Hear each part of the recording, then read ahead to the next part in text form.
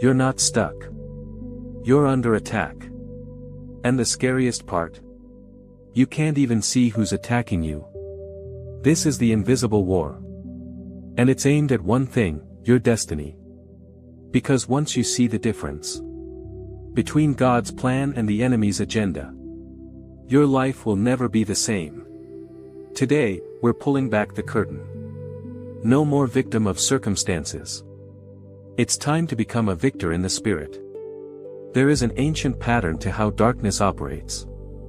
When the light of freedom begins to shine, the darkness doesn't just flee, it fights back by making you too busy to notice God. Consider the story of Nehemiah.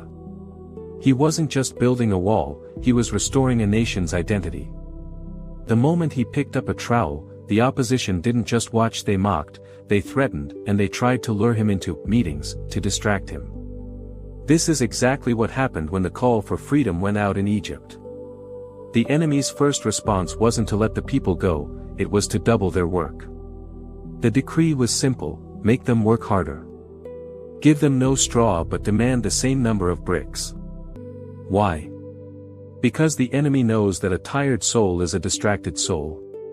If you are exhausted by the bricks of daily survival, debt, family drama, or health scares, you won't have the energy to look toward the promised land. When you feel an unusual weight or pressure the moment you step toward your calling, don't be discouraged. The increased burden is a sign that your deliverance is closer than you think. The enemy is trying to make your heart bitter, so you stop listening to the voice of the Spirit. Why does the battle seem so personal? Why you? Why your family? It's because the enemy can see something you might have forgotten: the light. Spiritual forces can recognize a star before that star even knows it's meant to shine. They see the anointing or the glow of a destiny that hasn't fully manifested yet. Think of Peter. Before he ever preached his first sermon, Jesus told him, "Satan has asked to sift you like wheat." Why did the enemy want Peter? Because he saw the rock hidden inside the fisherman. He saw the man who would carry the keys to the kingdom. If you are facing intense opposition, it's because you are a hero of the Spirit, currently trapped in a web of schemes. The enemy doesn't waste his best weapons on people who aren't a threat. He watches for the light over your life. He knows that if he can't stop you from being born, he will try to stop you from being free. He uses rejection, addiction, and failures to keep you from realizing who you really are. But here is the secret: the enemy's knowledge is limited. He sees the light, but he doesn't know the full end product that God has prepared. He only knows that if he doesn't trip you up now, you will become a problem for his kingdom later. God's plan is never just to get you out of trouble. His plan is to bring you into the best. He speaks of a land flowing with milk and honey. Have you ever thought about what that means? Milk and honey are end products. You don't find milk in the ground, you have to raise the cow, feed it, and care for it. You don't find honey without the bees working through the flowers. God is telling you, I am going to give you the finished result of the process. But the enemy wants you to compromise. He wants you to stay in the desert because he knows that once you reach that end product level, you won't just be blessed, you will be a blesser of others. Look at the life of Job. The enemy saw the hedge of protection and the light over his life. He thought that if he took the milk and honey away, Job would curse God. But Job understood that his value wasn't in the products but in the provider. When you refuse to compromise with the enemy, when you refuse to let go of your prayer life even when the bricks are heavy, you are moving toward a level of honor that the world cannot give. How do we stay free? How do we keep the house of our soul from being invaded again? It requires a protocol of presence.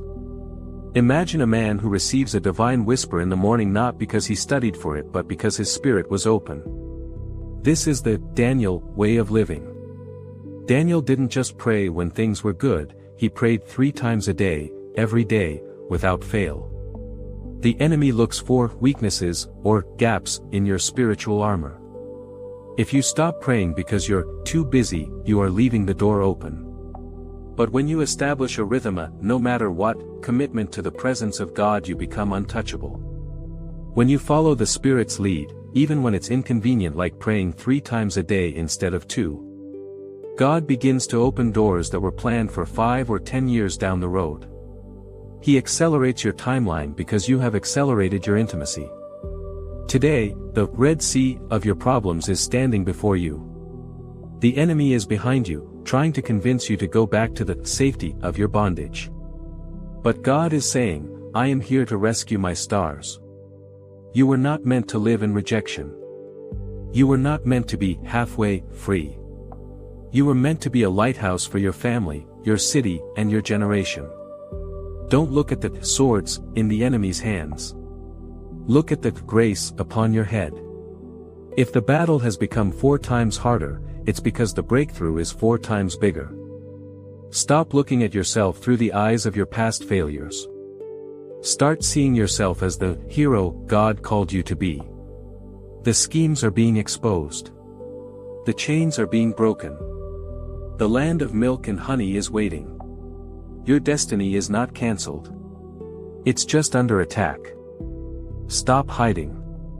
Start fighting. Share this with someone who needs to remember who they are. Discern the scheme. Embrace the light. Walk in freedom.